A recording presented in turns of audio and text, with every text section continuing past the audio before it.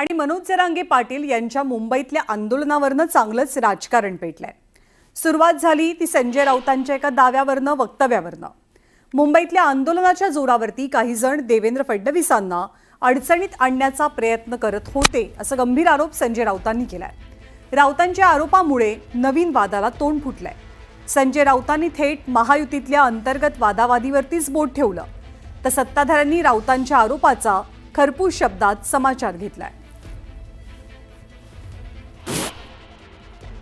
संघर्ष वाढवण्याचा प्रयत्न सरकारमधले काही घटक आजही करतायत।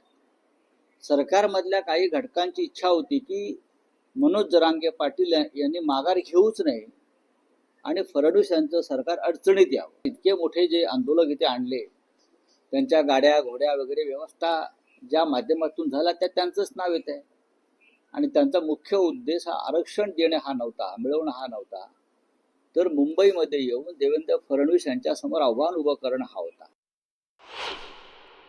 हे ते शिंदे साहेब बिचारा माणूस तसं कधीच करू शकत नाही आणि राऊत साहेबांनाही माहीत असेल, ते म्हणले असते त्यांचे राजकीय काही टोले असते, कारण काय राऊत साहेब बी चांगले नाहीत असं म्हणत नाही मी, परंतु ते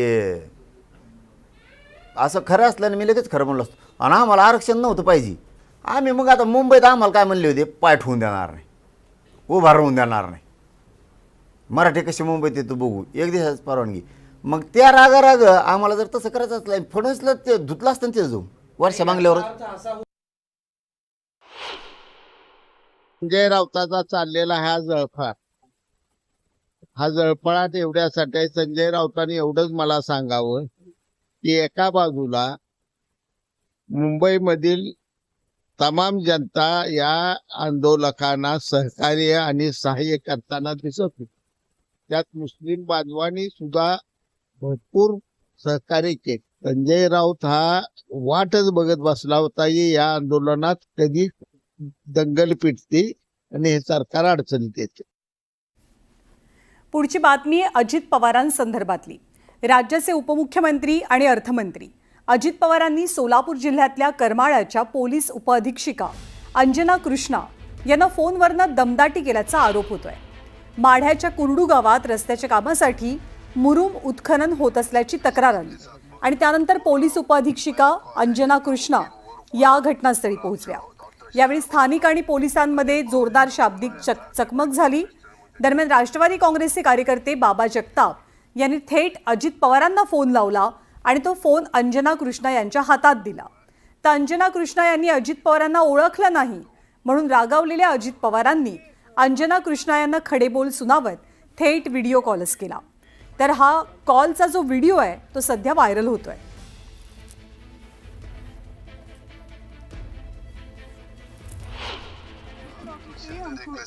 हाँ, तो हमको उनको मदद करने का ही काम है सर। आपके साथ बोल रहा हूँ, मैं आपको आदेश देता हूँ कि वो रुकवाओ और आप जाओ और तहसीलदार को बताओ कि अजित पवार जी का फोन आया था, डिप्टी चीफ मिनिस्टर ने मुझे कहा ये सब रुकवाने के लिए, क्योंकि अभी मुंबई में जरा मुंबई का माहौल एकदम खराब हुआ है, उसको अपने को प्राधान्य देना है। मेरा नाम बताओ उनको सर। वो मुझे आप एक काम कीजिए, आप मुझे मेरे फोन में मतलब डायरेक्ट कॉल कीजिए ना। एक मिनट, मैं तेरे ऊपर एक्शन लूंगा। अभी मैं खुद आपके साथ बोल रहा हूँ कि आप मुझे डायरेक्ट कॉल बताती हो। सर मुझे कैसे पता है आप सर समझ रही है सर, जो आप बोल रही है समझ रही है, पर मुझे सुनो मुझे देखना है ना, तेरा नंबर दे दो या व्हाट्सएप कॉल करो। ठीक है सर, मैं यहाँ से बोल देता हूँ। ठीक है सर, मेरा चेहरा तो आपको समझ में आएगा ना। ठीक है सर।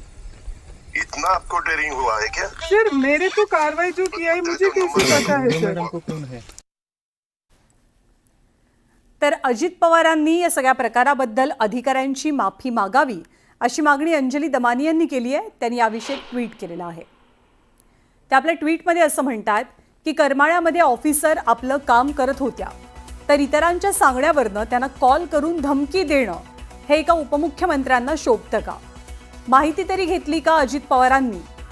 तुझं डेअरिंग कसं झालं असं अजित पवार त्या बाईंना म्हणाले। इतकी दादागिरी हा सवाल अंजली दमानी यांनी उपस्थित केला आणि याबद्दल अजित पवारांनी संबंधित महिलेची ऑफिसरची माफी मागायला हवी अशी मागणी ते करतात।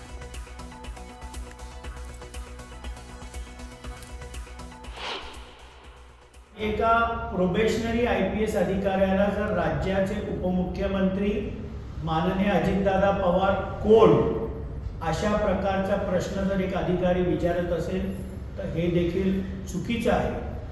माननीय अजितदादा पवार साहेबांनी त्यांना एवढंच सांगितलं की कारवाई थांबवावी. तशा प्रकारच्या सूचना माझ्या फोन आल्याच्या या तहसीलदारांनाही द्यावा.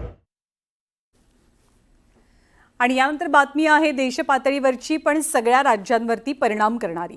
अर्थमंत्री निर्मला सीतारामन यांच्या अध्यक्षतेखाली GST काउन्सिलची 56वी बैठक पार पडली. या बैठकीमध्ये अतिशय महत्त्वाचे निर्णय घेण्यात आले.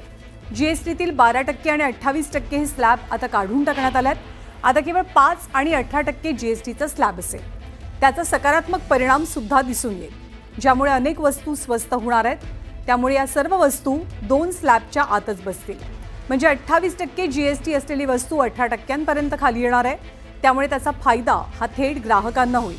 तर दुसरीकडे लक्झरी आणि आरोग्यासाठी हानिकारक असलेल्या वस्तूंसाठी एक वेगळा स्लॅब तयार झाला आहे. हा स्लॅब 40% असेल. UHT दूध, पनीर, पिझ्झा ब्रेड, रोटी, पराठा आता 0 GST स्लॅबमध्ये असतील. त्यामुळे सर्वसामान्य नागरिकांना काहीसा दिलासा मिळेल. या नवीन बदलांची अंमलबजावणी 22 सप्टेंबर 2025 पासून केली जाईल. अर्थमंत्री निर्मला सीतारामन यांनी याची माहिती दिली. एक प्रकारे लोकांवरचं GSTचं बर्डन हे कमी करण्याचं काम हे मोदीजींनी केलं आहे. देशाच्या इतिहासात असं फार कमी होतं की अशा प्रकारचे जे काही इनडायरेक्ट टॅक्सेस असतात त्या टॅक्सेसमध्ये इतका मोठा स्वीपिंग रिफॉर्म हा शक्यतोवर पाहायला मिळत नाही. पण तो मोदीजींनी केला आणि त्याला काल GST काउन्सिलनी मान्यता दिली. आणि मला सांगताना आनंद वाटतो, महाराष्ट्राने या रिफॉर्म्सचं GST काउन्सिलमध्ये पूर्ण समर्थन केलं. आणि गणेशोत्सवाच्या काळामध्ये कोकणातील टिपरी नृत्य हे खास आकर्षण बनलंय. बाप्पाची आरती झाल्यावरती गावगावच्या महिला हे टिपरी नृत्य करताना पाहायला मिळतात, ज्यात त्या बाप्पाचं गुणगान करतात. लहान थोर सगळ्या महिला, मुली, तरुणी यांच्यासोबत एक 92 वर्षांच्या आजी सुद्धा या टिपरी नृत्याचा आनंद घेताना दिसतात.